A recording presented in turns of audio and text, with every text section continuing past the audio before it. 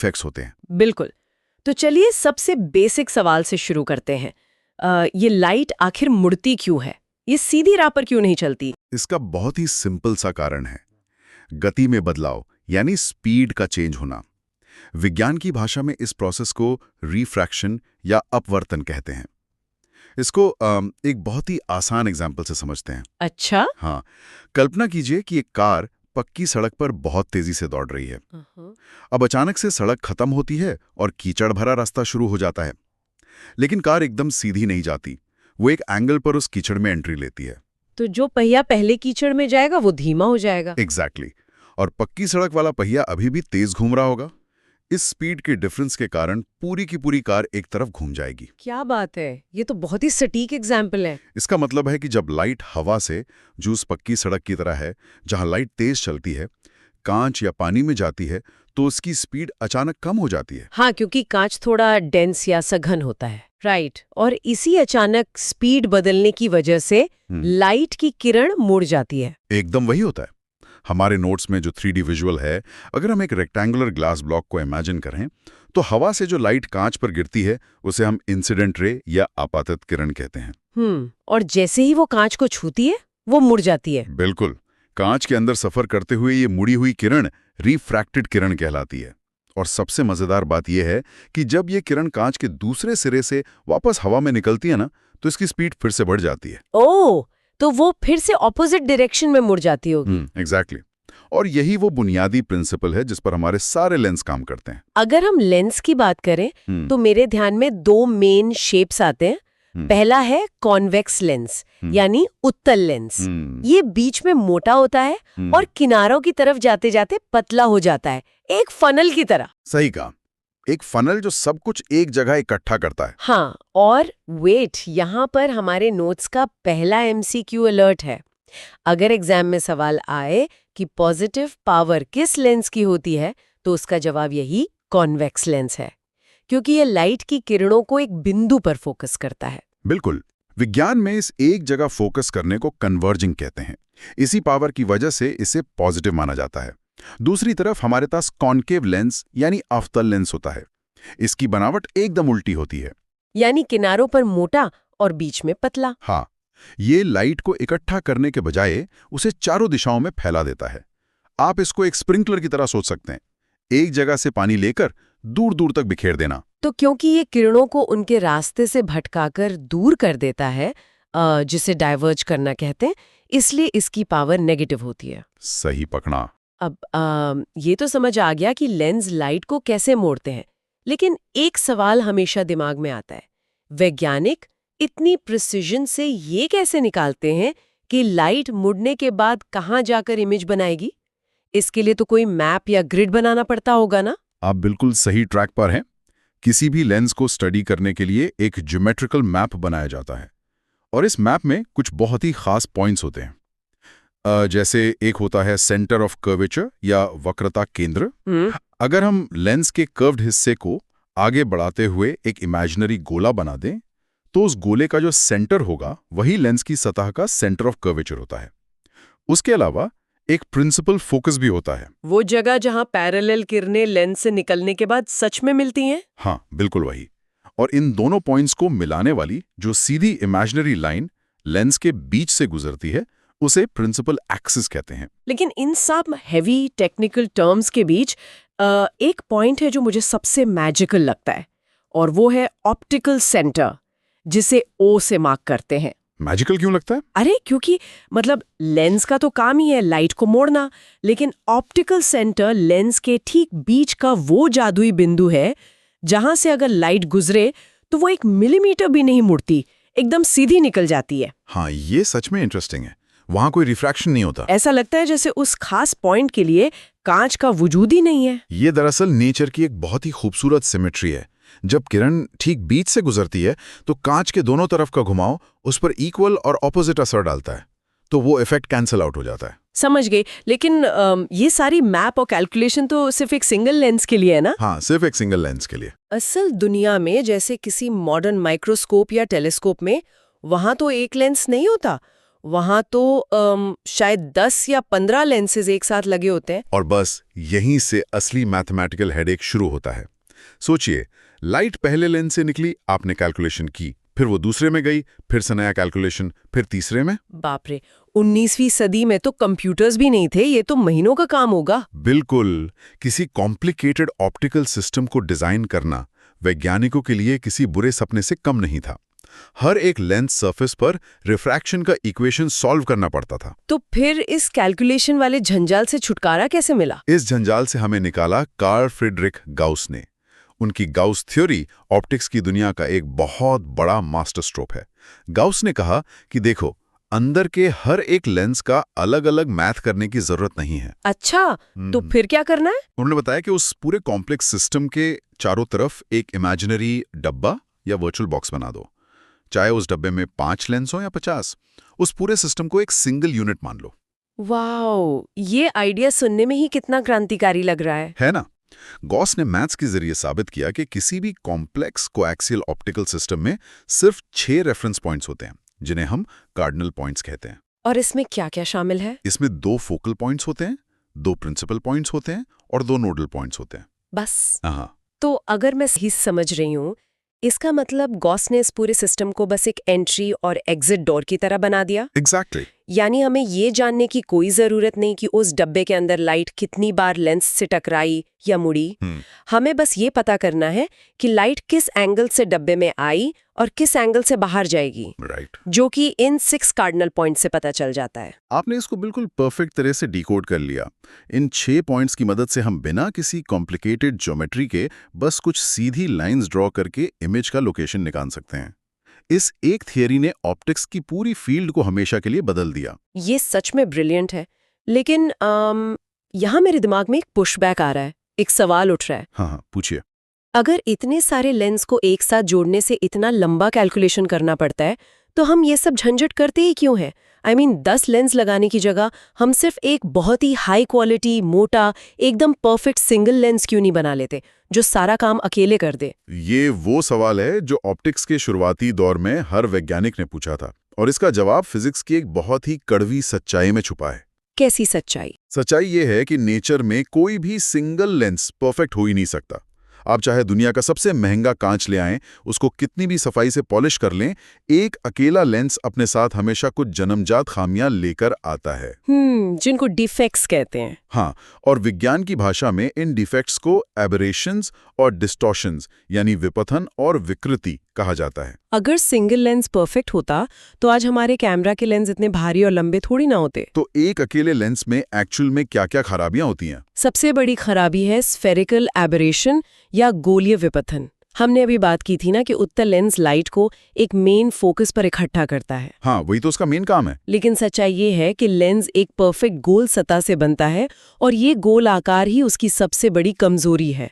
इसको एक dart board की तरह सोचिए। अच्छा, जो लाइट की किरणें लेंस के ठीक बीच से गुजरती हैं, जिन्हें पैराक्सियल रेस कहते हैं, वो बहुत ही शरीफ होती हैं और शांति से दूर जाकर एक पॉइंट पर फोकस हो जाती हैं। और जो किरणें किनारों से आती हैं, वही तो बागी होती हैं।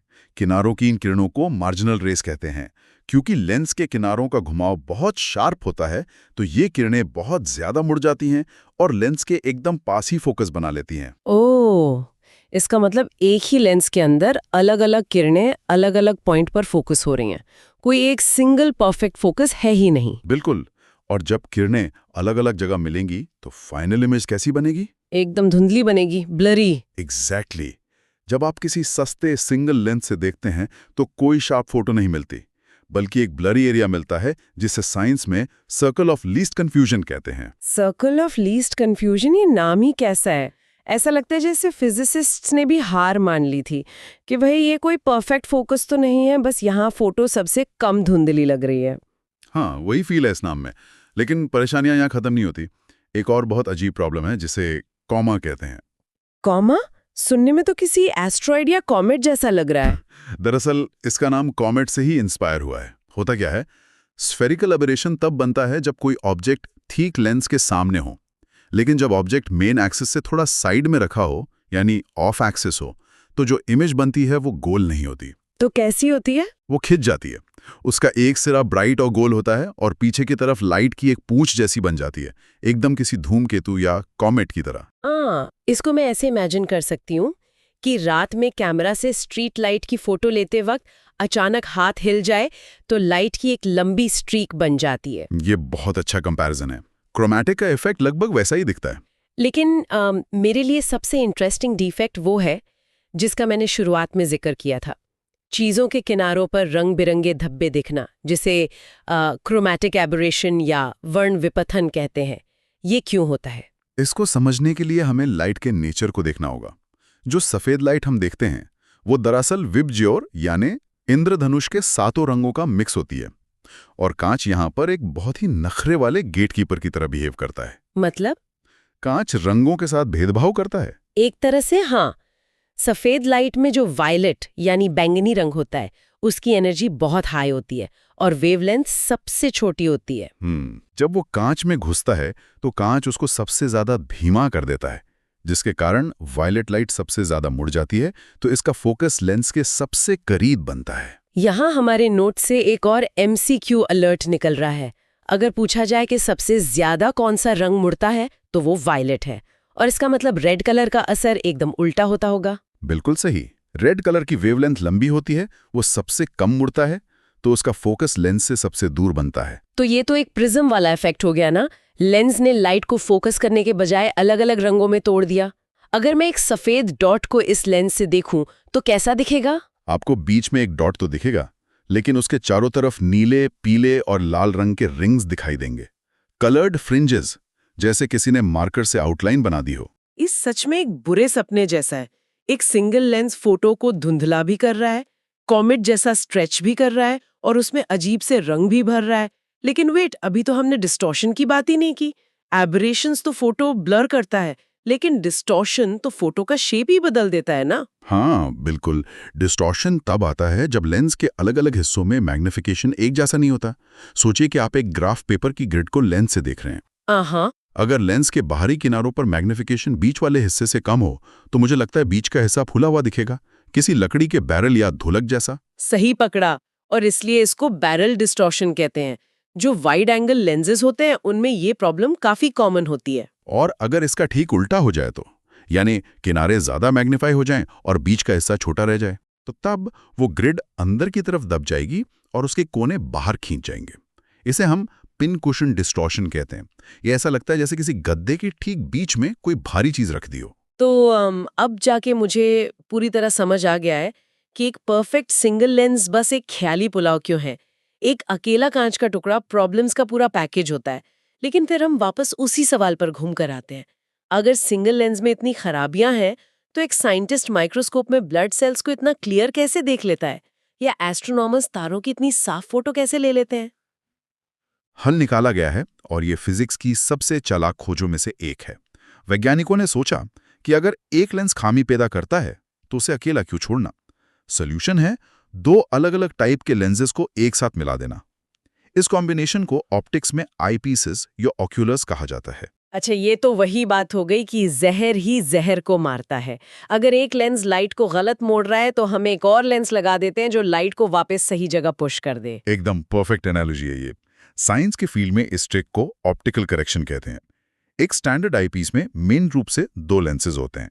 पहले वाले को फील्ड लेंस बोलते हैं, जिसका काम है आगे से आ रही किरणों को इकट्ठा करना। और दूसरा लेंस जो हमारी आंख के ठीक पास होता है उसे आई लेंस कहते हैं। ये लेंस उन इकट्ठा की गई किरणों को पकड़कर इमेज को मैग्नीफाई करता है। और मुझे लगता है इन दोनों लेंसेज के बीच की दूरी और पावर को इतना प्रिसाइजली सेट किया जाता होगा कि वो स्फेरिकल और क्रोमैटिक एबरेशंस दोनों को कैंसिल कर दे। लेकिन क्या सारे आईपीसेस एक ही डिजाइन के होते हैं? हाइगन्स और रैम्सडन, इन दोनों का काम करने का तरीका बिल्कुल अलग है। अगर हम क्रिश्चियन हाइगन्स के बनाए आईपीस को देखें तो उसमें दोनों लेंसेज की फोकल लेंथ का रेशियो 3.1 होता है। लेकिन इसमें सबसे अजीब बात यह है कि जो फाइनल इमेज बनती है वो बाहर नहीं बल्कि उन दोनों लेंसेज के बीच में बनती है। हाँ, और यही इसकी खासियत भी है और इसकी सबसे बड़ी लिमिट भी। क्योंकि इमेज लेंसेज के बीच में बन रही है तो आप वहां प्रैक्टिकली कोई नापने वाला स्केल या क्रॉस वायर नहीं रख सकते। कांच के अंदर हाथ डालकर तो रूल नहीं रख सकते ना। सही बात है। तो इसका मतलब हाइगन्स आईपीस का यूज सिर्फ वहां होता होगा जहां हमें चीजों को बस देखना है, उनका मेजरमेंट नहीं लेना है। एग्जैक्टली इसीलिए बायोलॉजी या मेडिकल माइक्रोस्कोप्स में मोस्टली हाइगन्स आईपीस यूज होता है। वहां डॉक्टर को बस सेल्स का शेप और बैक्टीरिया देखना होता है, उन्हें सेल्स को मिलीमीटर में नापना नहीं होता। लेकिन अगर हम फिजिक्स की लेबोरेटरी में जाएं, तो वहां तो कहानी बिल्कुल अलग होगी। वहां तो हर चीज नापनी पड़ती है। लेजर बीम की चौड़ाई या किसी वायर का डायमीटर, उन्हें तो क्रॉसवायर चाहिए ही चाहिए। और यही एंट्री होती है जेसी रैम्सडन के डिजाइन की। रैम्सडन आईपीस एक पॉजिटिव आईपीस है।